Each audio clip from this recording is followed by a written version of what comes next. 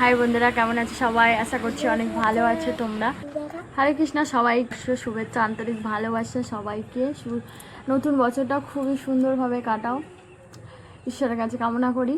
তো এই যে আমরা এখন সবাই এখানে বসে আছি, আর এখন সকাল 7টা বাজে। সেই উঠেছি ভোর 4:30টার সময়, এখনো স্নান করিনি। সকালে উঠে আয়নার মধ্যে কি এঁকেছি দেখো, দেখাবি তো একটুখানি দেখাবি তো। এই যে দেখো, এটা কি গো?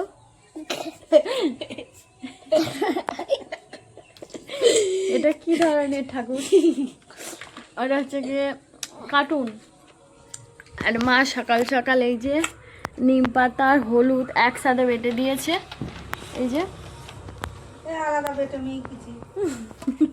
হ্যাঁ, আলাদা আলাদা বেটেছে, বেটে একসাথে সর্ষের তেল দিয়ে মাখিয়ে রেখে দিয়েছি। সবাই মাখবে।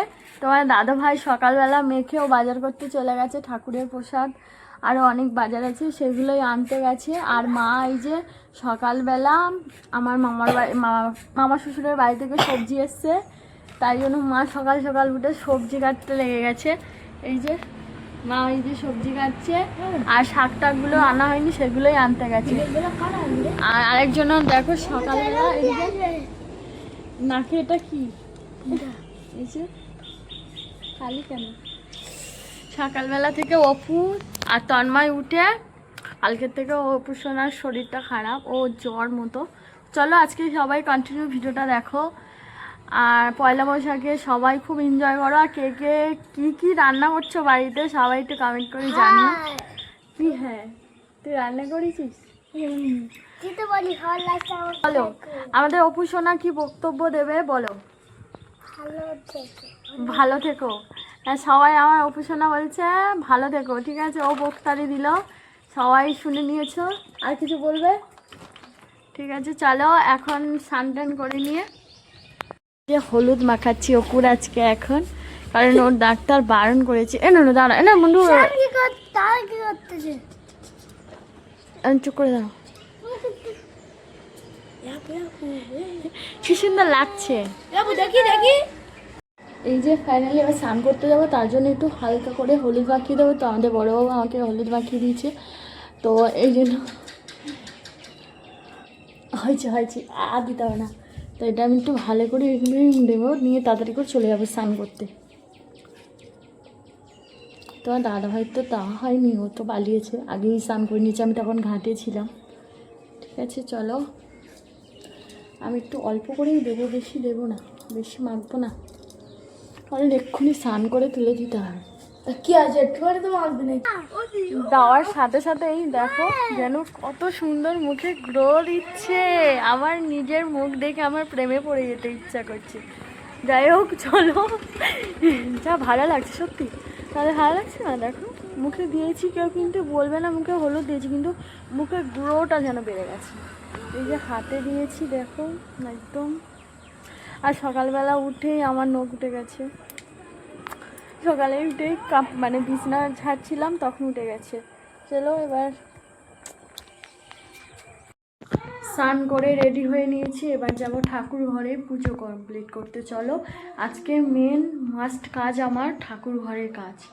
চলো সেরে নিই। আর এখন তোমার দাদাভাই প্রথম বাজারে গিয়েছে, বাজার থেকে ঘুরে মানে ঠাকুরের ফল আনতে ভুলে গেছে, তো ফের আবার গেছে বাজারে ঠাকুরের ফল আনতে। চলো আসুক। আর মায়ের দিকে এখন আনাজ কাটছে, মা এখন আনাজ কাটছে, ফের শাক নিয়ে এসছে, শাক কাটছে। তো চলো আমি আগে ঠাকুর ঘরে যাই। এই যে বর্মশাকের ফল এনে দিয়েছে, ওই যে এলো, এই যে ফল এনে দিয়েছে, আর এগুলো ঝুড়ির মধ্যেই রাখি। আর এই যে আগেই মিষ্টিটা এনেছিল, ফলটা আনতে ভুলে গেছিল। চলো ঠাকুর ঘরটা সেরে। যে বর্মশাই 1 থেকে 2-3বার বাজার করতে গেছে, ঠিক আছে?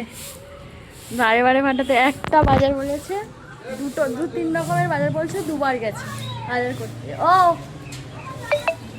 তো বন্ধুরা, এখন পয়লা বৈশাখের দিনে, আজকে বছরের প্রথম দিন, অবস্থা দেখো, অর্ডার করে বসে আছে বরমশাই। এখন এই যে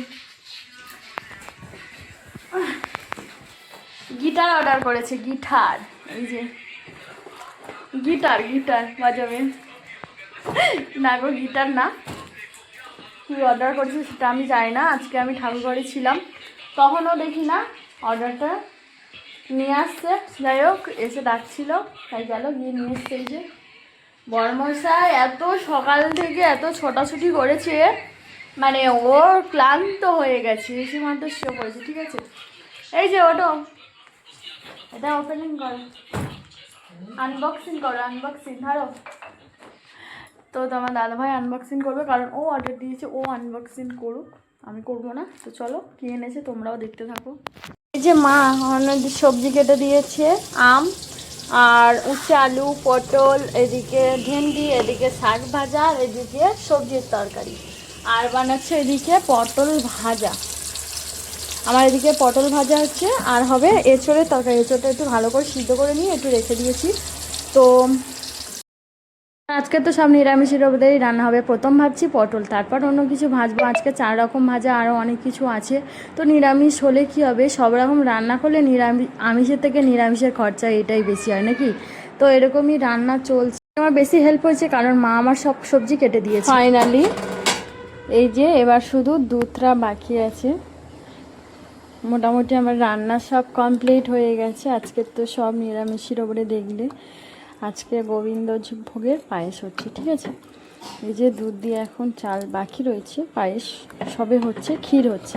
তো অনেকে সবাই গরু থাকলে গোইলি, আমাদের এদিকে সবাই বেশিরভাগ গোইলিতে, মানে গরু আছে যেগুলি মানে গোয়াল ঘরে ক্ষীর বানায়। তো আমাদের এখানে সবাই কিন্তু আমাদের গোয়াল ঘর নেই, তার জন্য ঘরেই ক্ষীরটা বানাচ্ছি। আর এই যে কী কী রান্না করছি সেটাই দেখায়। এটা চাটনি, এই যে ডাল, আজকে অনেক রকমই হয়েছে। আর এটা হচ্ছে কি এঁচোড়। ঠিক আছে, আর এই ভাজা, করকম ভাজা, 4 রকম ভাজা হয়েছে, আর ক্ষীর বানিয়েছি। ঠিক আছে, আজকে এইগুলো মোট রান্না হয়েছে নিরামিষের ওপরে। তাহলে করকম রান্না হয়েছে আজকে পদ, মানে 4 রকম ভাজা, আর এঁচোড়, ডাল, চাটনি, তার মানে 7 রকম, আর পায়েস নিয়ে 8 রকম হয়েছে। ঠিক আছে, তো চলো, আরও বাকি আছে পাঁপড়, পাঁপড়টা পরে করবো। ঠিক আছে, তো চলো তোমার দাদা ভাই কী করছে সেটাই দেখি। এই যে বড়মশাই এখন ওনার ফোন দেখছে। এই যে বাপ, এই যে বড়মশাই একদম ঠান্ডায় ঠান্ডায় একদম শুয়ে আছে। ও বড়মশাই, সকাল থেকে তো ভালো দেখা নেই, বাজার করতে করতে খুবই ব্যস্ত, তো খুব একটা মানে আলাপ হয়নি সকাল থেকে, তাই তো। একটা ওই দেখালাম, ও ওপেন করেছিল, তো ওই যে দেখানো হয়নি। ওই যে পেছনে এই যে সেটিং করে নিয়েছে, আর কি ওটো। তার সাথে কিছু গল্প করি, সকাল থেকে কোনো গল্প হয়নি আজকে। তো চলো, পয়লা বৈশাখে তো খুবই মজা করলাম, আর কী কী পদ রান্না করলাম সেটাও তোমাদের সাথে শেয়ার করলাম। তোমরা সবাই খুব ভালো থেকো, নতুন বছর খুব এনজয় করো। আর আবার বিকেলে একটা মানে ভিডিও নিয়ে আসছি, সেটা পয়লা বৈশাখে মেলাইতে যাবো। ঠিক আছে, মেলা আজকে আমাদের এখানে আছে, খুবই অনুষ্ঠান, বাজি, প্রচুর বাজি ফোটায়। তো সেইগুলোই তোমার সাথে পরের ব্লগে শেয়ার করবো। চলো, সবাই খুব ভালো থেকো, নতুন বছর খুব আনন্দ করে কাটা। আমার তরফ থেকে অনেক অনেক ভালোবাসা রইল। ভালো থেকো, টাটা সবাই।